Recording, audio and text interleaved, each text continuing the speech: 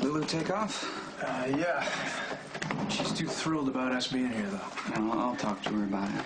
Hey, and by the way, now that I know you're a cop, I'm cool with you dating my sister, just as long as you treat her good, obviously, and do everything you can to keep her safe. Right, you know, Lulu's a great girl. Although I'm not too sure how much she really likes me yet. Really? Well, we'll just have to wait and see. All right, let's get down to business. Yeah. I got a call back from Paris. Oh, yeah? Yeah. Really, that fast? They got anything we can use? Well, over the last 5 years, there have been a string of unsolved murders, duplicating staged crime scenes from Franco's art. The police suspect some sort of copycat killer. So wait, what, the artwork comes out first, then the killing, or is it the other way around? No, Franco creates the crime scenes in his art. And then later on, the real crime takes place.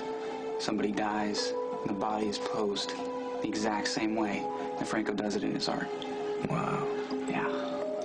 We're dealing with one sick puppy here. Solved murders. Each crime scene mimics one of Franco's works. Okay, so Franco creates pieces that show violent crime scenes. Those scenes become reality, life imitating art. Yeah. It's not a huge leap to think that Franco could be a serial killer.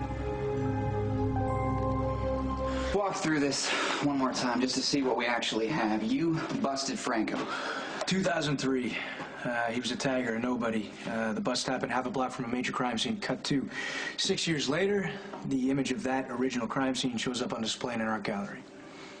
Franco has a prior arrest. The booking number is CO77X. That same number gets spray painted on the street where Joey Limbo was murdered. Joey Limbo's throat is crushed, his body's posed, which we now know is the signature of Franco's artwork. I mean, I don't see what else we need. I don't see how we can get a warrant without blowing your cover. You know, and even if we got around that, there's no forensics tying Franco to Joey's murder. And then there's the added complication that Joey was already bleeding from a gunshot wound allegedly inflicted by Jason Morgan. All right, so how do we come up with something to make this all stick? Well, I'll contact the Paris police about the Brooklyn bust. I'll see if CO77X has turned up in proximity to any of their unsolved murders. I'll also ask them to keep a watch on Franco's movements in France. Beyond that, if we don't have any more solid evidence, this case could be stuck in neutral.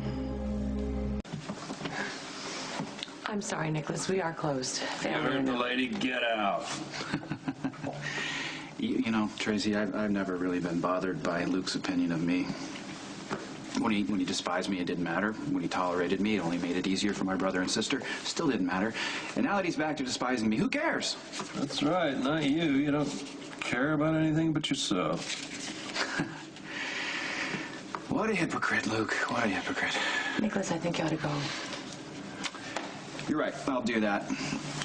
Don't ever criticize me again after what you did to my mother. Let me tell you one thing.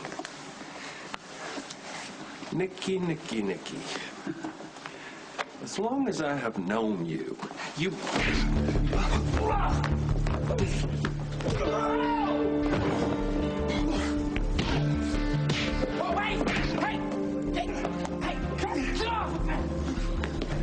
What the hell is going on?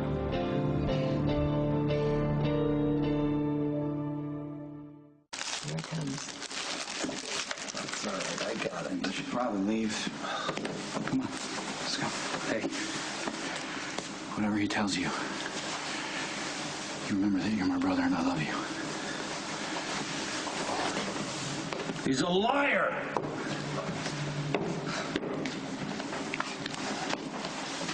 Tracy, you help me out here? I give up. But if you figure it out, clue me in. What's going on with you? Huh? You and Nikolas had finally made some peace, and now it's worse than ever. You calling him a liar? What's he lying about? That's not for me to say. Where you pull this stuff just to test me and Lulu. Make us choose between the people we love. We might want to be careful with that strategy, Dad, because I honestly don't know where that'll take us. How did this happen, cowboy? How did I become the first person you doubt and the last person you trust?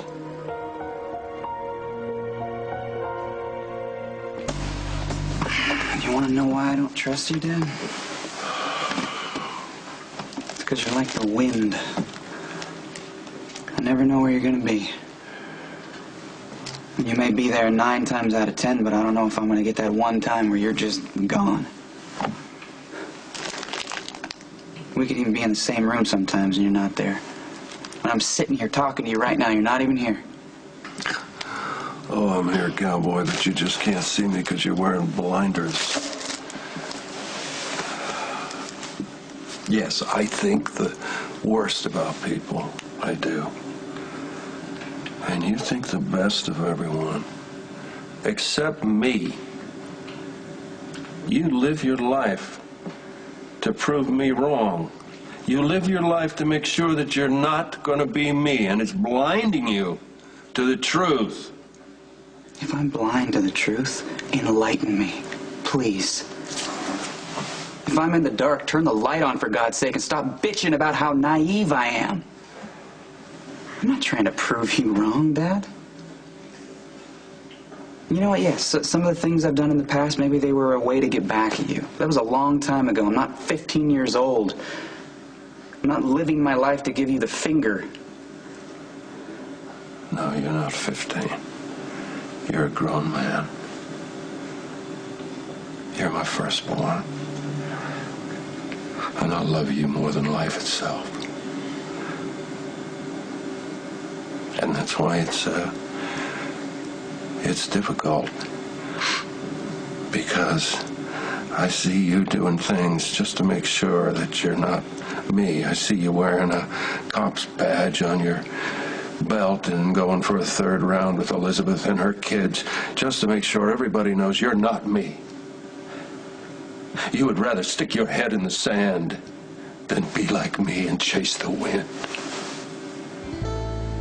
How narcissistic are you? Seriously. You think everything in my life comes back to you? What Elizabeth and I have has nothing to do with you, Dad. The love I have for her is mine. As for being a cop, you know, maybe I did choose that as a way to stick it to you. I don't know. But I stay with it because I want to believe in something. Just like I believe that putting down roots isn't the beginning of the end. It has nothing to do with proving you wrong. Just being me. Just living my life. If I get hurt, I'll deal with it. It won't be your fault. Because it's not your responsibility. Are you hearing me, Dad?